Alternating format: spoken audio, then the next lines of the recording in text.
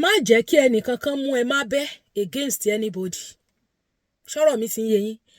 èèyàn kan ló send message sí mi so I told her that I'm going to do a general content to reply her pé tí n bá ti post iṣẹ́ yẹn màá share link ẹ̀ pẹ̀lú ẹ̀kú lọ rèé wò ó mọ̀ wípé ẹni tó fẹ́ ó ti níyàwó méjì tẹ́lẹ̀ ó fẹ́ ṣe kẹta ni ẹni tó bá ń béèrè pé kílé tó fi fẹ́ ṣèyàwó kẹta bóyá kó wá bẹ́ẹ̀ ń lé ẹ̀ kó wá bí ẹ léèrè question you understand fún àwọn tí wọ́n wà náà tí wọ́n wà béèrè pé kílé tó fi fẹ́ lọ ṣẹlẹ̀ kẹta bóyá kí n send number sí yín kẹ́ ẹ pè kẹ́ ẹ lè bí léèrè ṣòye yín now ó fẹ́ lọ ṣe kẹta nìyẹn ìyálé méjì ló ti ní tẹ́lẹ̀ má wulẹ̀ tanra ẹ jẹ ìyálé tó ló mú ẹ bá bẹ́ tó lọ lé ẹ̀ tó lọ ń pọnmi tó lọ lé ẹ̀ tó lọ ń gbálẹ̀ tó lọ ń nulẹ̀ yẹn tó wá ló yá ó tún wá yí bìrì kò tún wá ṣe dáadáa sí ẹ mọ́ toró kí ẹ lẹ́ẹ̀kejì má tanra ẹ jẹ sórí fẹ́ kàn tẹ́lẹ̀ ẹni ọba yó tán ni mo ń ṣe ìyàwó kejì ìyàwó kẹta ẹni tẹ́sẹ̀ bá walẹ̀ dáadáa tó ṣe pé láì sọ́kọ òǹgan lè ṣayé ẹ̀ ó kàn fọkọ yẹn fẹ́ fi ṣadé orí ni ṣùgbọ́n tó bá ti jẹ́ ìwọ tó sì lọ ń gbálẹ̀ nulẹ̀ lọ́dọ̀ ìyálé àgbà sórí wípé o gbọ́ngàn ò wà òkè ètò bẹ́ẹ̀ ni so o sì rí ìyálé àgbà tó ti ń bínú sí ẹ tó ti fà ẹ́ má bẹ́ tẹ́lẹ̀ tó wá ń bínú sí ẹ tó rò kí ìyálé ẹlẹ́ẹ̀kejì ó fẹ́ lò ẹ́ against ìkejì yẹn ni sórí mọ̀ọ́sì àwọn ìyálé àgbà yẹn wọ́n máa ń fẹ́ jẹ́ pé ìgbà tán ti fẹ́ kejì wọ́n máa ń fẹ́ kán fẹ́ kẹta so that ìkejì á lè feel báwọn náà ṣe feel in quote that is their reason bẹ́ẹ̀ àwọn ò mọ̀ wípé ní reason táwọn fi fẹ́ ọkọ ó yàtọ̀ sí reason tí kejì fi fọ́kọ ó yàtọ̀ sí reason tí ìwọ tó jẹ́ kẹta náà fi ń bọ̀ so má tanra ẹ jẹ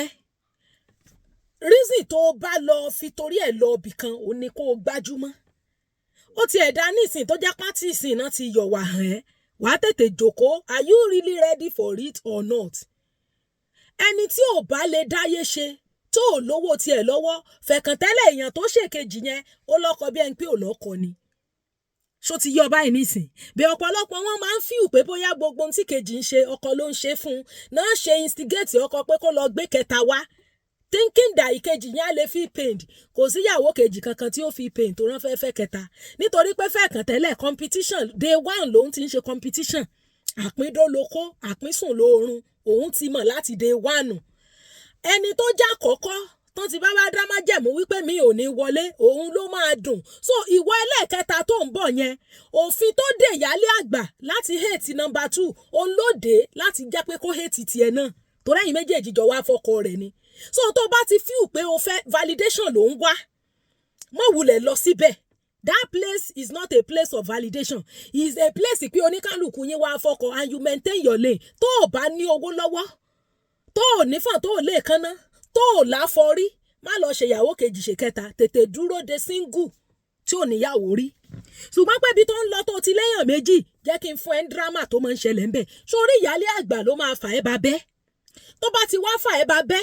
á sọ fún ọ wípé kó o make sure pé wọ́n lọ sọ́dọ̀ kejì mọ́ most ọkùnrin náà dẹ̀ máa ṣe bẹ́ẹ̀ tó bá ti rí pé wàhálà ìkíní àti kejì ti pọ̀ yóò bá kúkú fẹ́ kẹta ìkẹta wọn ò bá kúkú gbọ́kùnrin lọ yányán kúrò níwájú ẹ̀yin méjèèjì so ìyálé àgbà fẹ́ lò ẹ́ against number 2 yẹn ni sódà nígbà tí number 2 bá lọ wọ́n á lè pàtẹ́wọ́lé lórí pé ṣe mọ́ fóònù náà léyàn ni kò fẹ́ kán fẹ́ yàn léhùn ń gbọ́ bá lọ tán ìyálé ò tí ì parí mission ó máa wá descend léwọ náà á wá léwọ náà lọ plan wọn nìyẹn tó o bá ti mọ̀ wípé ní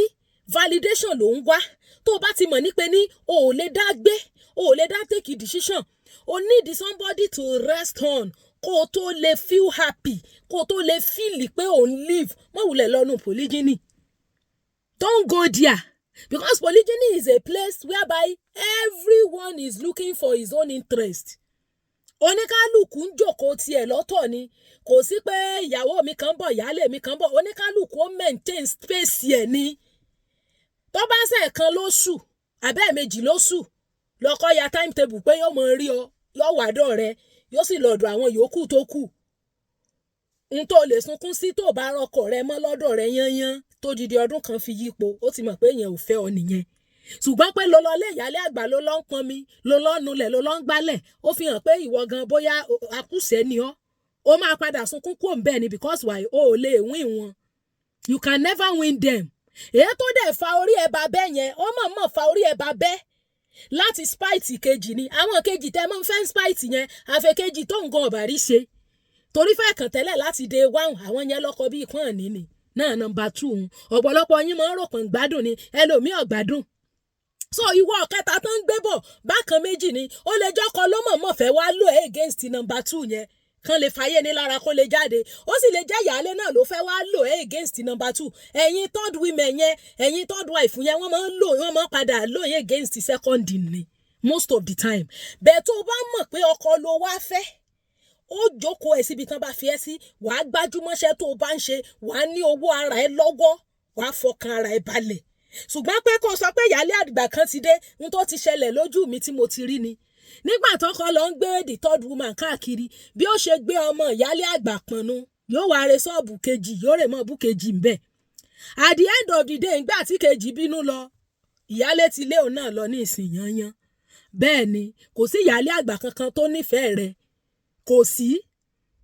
sí sífẹ̀ẹ́ tó lè wà láàrin obìnrin méjì mẹ́ta tí wọ́n jọ fọ́kọ kan léèdì ẹ lọ máa mẹ̀ǹtẹ́ẹ̀nì